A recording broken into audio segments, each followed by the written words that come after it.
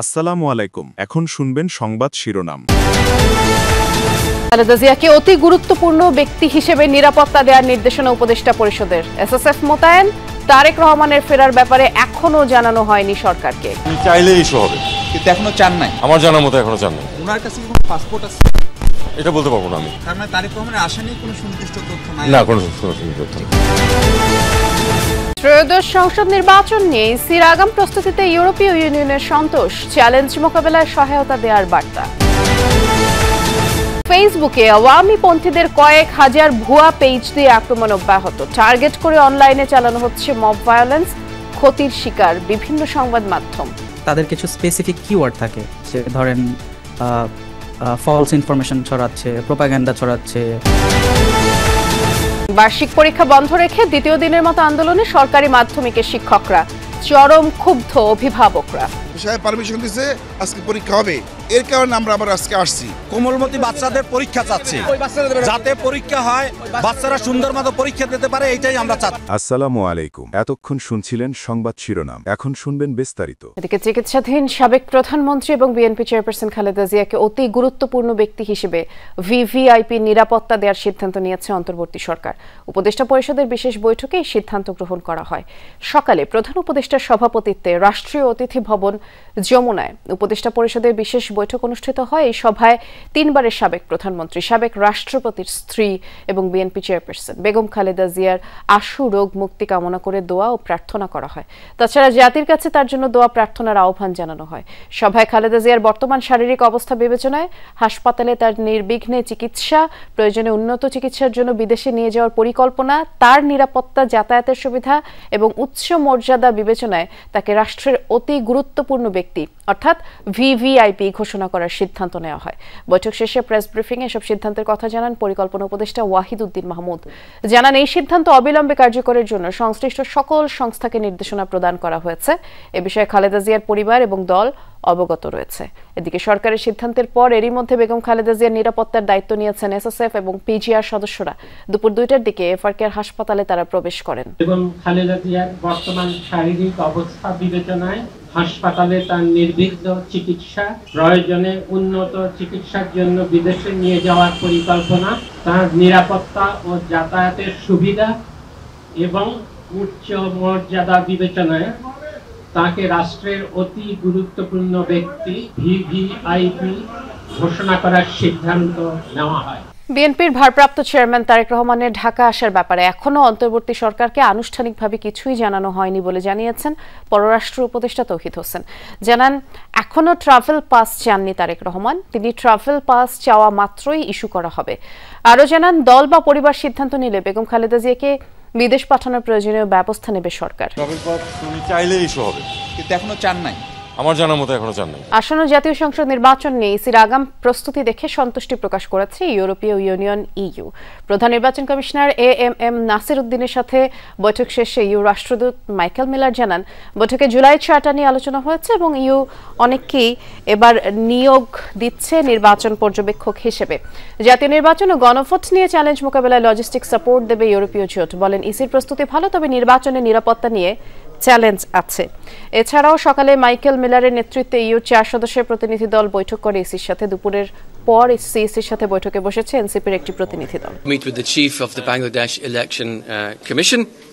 As you know, the European Union supports timely, smooth and participatory elections, and we see in such elections the great opportunity for Bangladesh to reset the narrative in terms of its own democratic path. যুগ্ম আহ্বায়ক খালেদ সাইফুল্লাহর কাছ থেকে আমরা জানতে পেরেছি যে আজকে আসলে তারা নির্বাচন কমিশনে আসছেন না। তবে নির্বাচন কমিশনে এর মধ্যে আরেকটি আমরা সর্বশেষ যেটি জানতে পেরেছি যে প্রধান নির্বাচন কমিশনারের কাছে নির্বাচন কর্মকর্তারা আসবেন এবং তারা হচ্ছে প্রধান নির্বাচন কমিশনারের যে কক্ষটি রয়েছে তার সামনে তারা অবস্থান করবেন এবং তারা অবস্থান করবেন আসলে বিভিন্ন ধরনের দাবি দেওয়া নিয়ে। যেসব দাবি দেওয়ার মধ্যে আছে নির্বাচন সার্ভিস কমিশন গঠন করা, সেই দাবিটি তারা উত্থাপন করবেন। এছাড়া বিভিন্ন ধরনের আপগ্রেডেশন সহ আরও তাদের বেশ কিছু তাদের পেশা সংশ্লিষ্ট বেশ কিছু দাবি দেওয়া নিয়ে তারা আজকে প্রধান নির্বাচন কমিশনের সাথে তারা দেখা করতে চান এবং তারা সিইসির রুমের সামনে তারা অবস্থান কর্মসূচি একটি ঘোষণা দিয়েছেন, সেটা আমরা জেনেছি। এর আগে আমরা দেখেছি যে ইউরোপীয় ইউনিয়নের একটি প্রতিনিধি দল 4 সদস্যের একটি প্রতিনিধি দল সকালে এসেছিল। পূর্বের শিডিউল যেটি ছিল সেই অনুযায়ী আসলে 11টার সময় সিইসির সাথে এই ইউরোপীয় ইউনিয়নের যে প্রতিনিধি দল তাদের বৈঠকটি হওয়ার কথা ছিল, সেটি হয়েছে। সামাজিকভাবে কোণঠাসা হয়ে এখন অনলাইনে সক্রিয় থাকার চেষ্টা করছে আওয়ামী লীগ। নানা ফেক পেজ অ্যাকাউন্ট খুলে এখন আওয়ামী বট বাহিনী চালাচ্ছে অনলাইন মব। ভাইরাসের মতো ছড়িয়ে পড়া এসব ফেক পেজ এবং অ্যাকাউন্টের কারণে ক্ষতিগ্রস্ত হচ্ছে দেশীয় বিভিন্ন সংবাদ মাধ্যম।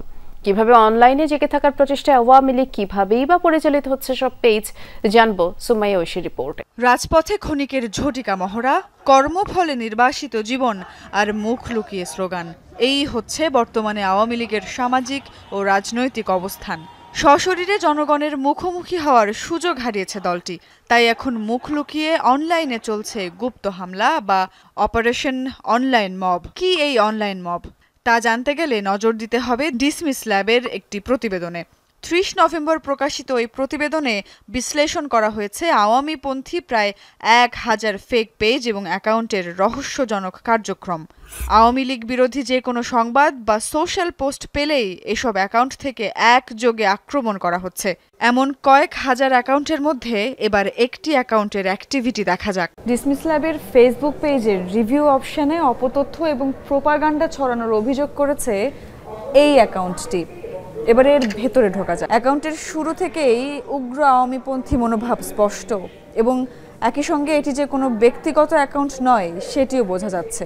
এমন আরও হাজারো ফেসবুক পেজ এবং অ্যাকাউন্টের খোঁজ পেয়েছে ডিসমিস ল্যাব, যেগুলো ডিজিটাল মব চালাচ্ছে দেশীয় মিডিয়া এবং বিভিন্ন অ্যাকাউন্টে। কিছু অ্যাকাউন্ট রং চড়ানো ভারতীয় সংবাদ মাধ্যমে পজিটিভ রিভিউ দিচ্ছে, একই অ্যাকাউন্ট আবার দেশীয় বিভিন্ন সংবাদ মাধ্যমে দিচ্ছে নেগেটিভ রিভিউ। অনলাইন মবের এমন আরও উদ্বেগজনক তথ্য পেয়েছে ডিসমিস ল্যাব। এ সংক্রান্ত রিসার্চ টিমের সদস্য রাশো জানালেন, এসব অ্যাকাউন্ট থেকে দিনে সুনির্দিষ্ট একটি সময়ে কমেন্টগুলো করা হচ্ছে। 4 দফা দাবিতে পূর্ণ দিবস কর্মবিরতি পালন করছেন দেশের সরকারি মাধ্যমিক বিদ্যালয়ের সহকারী শিক্ষকরা। এতে আজকের বার্ষিক পরীক্ষা স্থগিত। সহকারী শিক্ষকদের পদটি নবম গ্রেডের বিসিএস ক্যাডারভুক্ত করা, বেতন ভাতা সংক্রান্ত বিষয়াদি সহ 4 দফা দাবিতে এর আগে রোববার অবস্থান কর্মসূচি পালন করেন আন্দোলনকারীরা। এরপরে ঘোষণা দেন পূর্ণ দিবস কর্মবিরতি পালনের। এদিকে চলমান বার্ষিক পরীক্ষার মধ্যে শিক্ষকদের কর্মবিরতি কর্মসূচিতে ক্ষোভ জানিয়েছেন অভিভাবকরা। আন্দোলনরত শিক্ষকরা বলছেন, দাবি আদায় হলে স্থগিত পরীক্ষাগুলো সাপ্তাহিক ছুটির দিনে নেওয়া হবে। এদিকে 11তম গ্রেডে বেতন ভাতা নির্ধারণ সহ 3 দফা দাবিতে কর্মবিরতি পালন করছেন সরকারি প্রাথমিক বিদ্যালয়ের সহকারী শিক্ষকদের একাংশ। তবে বরিশাল, নওগাঁ, সুনামগঞ্জ, খুলনা সহ বিভিন্ন জেলায় খাতা কলমে কর্মবিরতি পালন করলেও বিদ্যালয়গুলোতে নিয়মমাফিক বার্ষিক পরীক্ষা চলছে। তো ওনারা আমাদেরকে পূর্ব নির্দেশনা বলতে কিছুই দেয়নি যে এক্সাম হবে না বা এরকম কিছু। আমরা গতকালকে এসেও ঘুরে গিয়েছি। আমরা কোমলমতি বাচ্চাদের পরীক্ষা চাচ্ছি, যাতে পরীক্ষা হয়, বাচ্চারা সুন্দর মতো পরীক্ষা দিতে পারে, এইটাই আমরা চাচ্ছি। ডিসি সাহেব পারমিশন দিয়েছে, আজকে পরীক্ষা হবে, এর কারণে আমরা আবার আজকে আসছি।